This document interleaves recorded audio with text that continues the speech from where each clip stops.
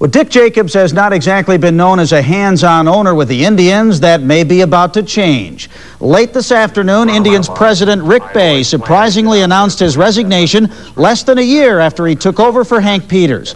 Bay said he was leaving because of differences with owner Richard Jacobs. Jacobs agreed that Bay's departure was due to a disagreement concerning management style. Jacobs plans to take over the duties of team president himself. Bay had little to do with on-the-field decisions, so nothing there will change. 2 weeks ago in the New York Times, he was mentioned as a possible candidate for baseball commissioner. Rick Bay is an art collector and classical music fan, but his renaissance in Cleveland is over. A year ago, Robert Smith watched the Ohio State-Michigan game on TV because he chose to sit out the season. The Buckeyes got thumped 31-3. Tomorrow, Smith represents Ohio State's best chance to win.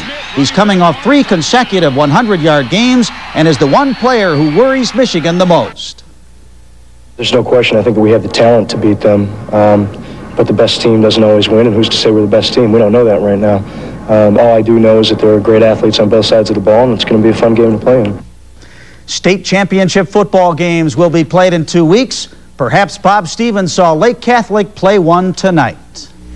In a game full of improbable plays, how about we start with a halfback option pass for the first touchdown. Trevor Stargell to Jim Campana for 49 yards, 6-0 Ursuline. They scored a more conventional touchdown just before halftime, Vince Burton ending a 68-yard drive with the score.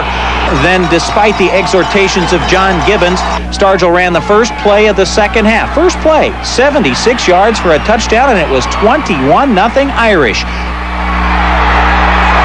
To make things worse for the Cougars, their game breaker, Joe Juravicius, was on the sidelines with a knee injury.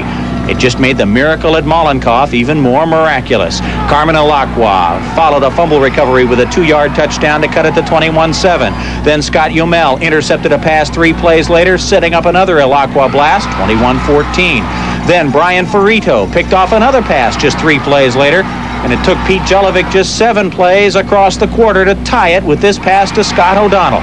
21 points in 12 minutes tied the score and left time for one last drive to set up the biggest kick of Jim Novakovic's life.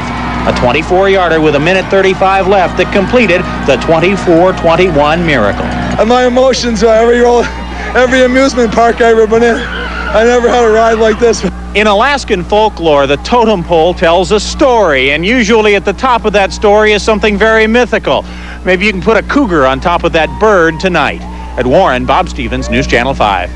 They'll fly back to Lake County for sure. Well, down in Hartville, the Independence Blue Devils fought their way to another week of survival. Down 14-6 in the fourth quarter. Quarterback Nate Tororik of Independence hooked up with Carlos Sarti on this 30-yard scoring pass. It got the Blue Devils within 2 points, and Independence fans went bonkers. And then, outstanding tailback Ted Otero refused to go down. Otero smashed through the Dalton defense for this winning 35-yard touchdown, and the 11-1 Blue Devils have made the state semifinals in Division 5. Let's go over to Fremont, where Elyria West tangled with defending Division II champion Fostoria, and there he goes, Dwayne Hawkins on his way to a 75-yard touchdown and a 16-0 Elyria West lead in the second quarter, but it didn't last. On the next possession, Fostoria's Damon Moore found Todd Lucius in the Wolverine secondary, and Fostoria had a 75-yard touchdown of its own to get back in the game, and moments later it was Moore to Lucius again. This time, Lucius was on his way to the end zone from 55 yards away. Fostoria goes on to win 26-16. They keep a 26-game winning streak intact. Lifetime, Mike Tomczak is 0-4 in the Metrodome, and lately the worst thing for the Browns has been a first-and-goal situation. But lawyer Tillman's return has given Tomczak and the Browns a big boost. Will it be good enough to stick the ball in the end zone Sunday against the Vikings? Tillman says the Browns had better get fired up. It's that fire in each other's eye. You know, we're going to have to get out there and do more in the red zone. We got to put more points on the board. Our defense is playing great. It's just a matter of fact of us getting the points on the board. Browns are 9-point underdogs. Now to the scoreboard, where the Lumberjacks are in trouble again, and Chris Mullen fired in 46 in a losing cause.